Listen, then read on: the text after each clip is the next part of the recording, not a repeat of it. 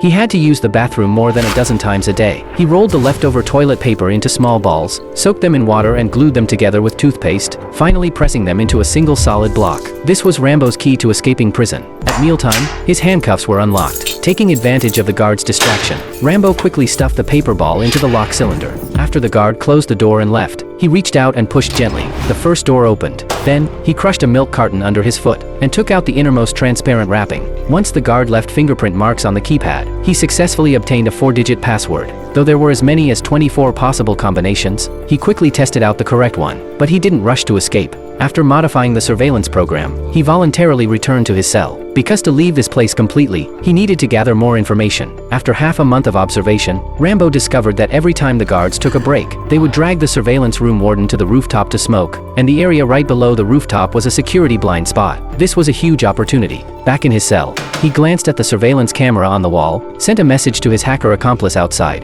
and then waited for the right moment. His accomplice outside detonated a car on schedule.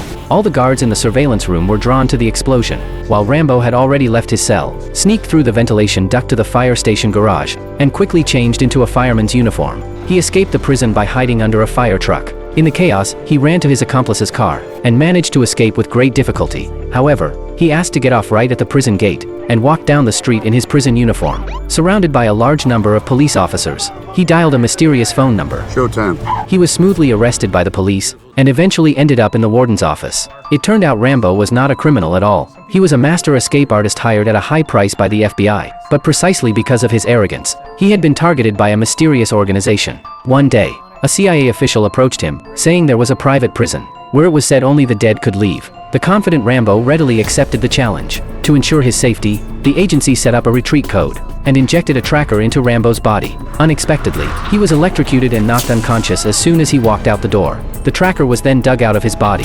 Under the effect of anesthetics, Rambo lost complete consciousness. When he woke up again, he was already inside a glass cell. After scanning his surroundings, Rambo was dumbfounded on the spot. He had never seen such a heavily guarded prison. So when he met the warden, he promptly spoke the retreat code. But he never imagined that the warden had no intention of letting him leave at all. Not only that, Rambo was bullied because of his status as a new inmate. Just as they were about to fight, the governor suddenly appeared.